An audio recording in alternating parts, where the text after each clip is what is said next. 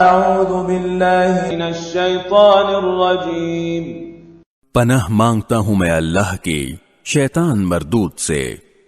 لا ينهاكم الله عن الذين لم يقاتلوكم في الدين ولم يخرجوكم من دياركم أن تبروهم وتقسطوا إليهم إن الله يحب المقسطين۔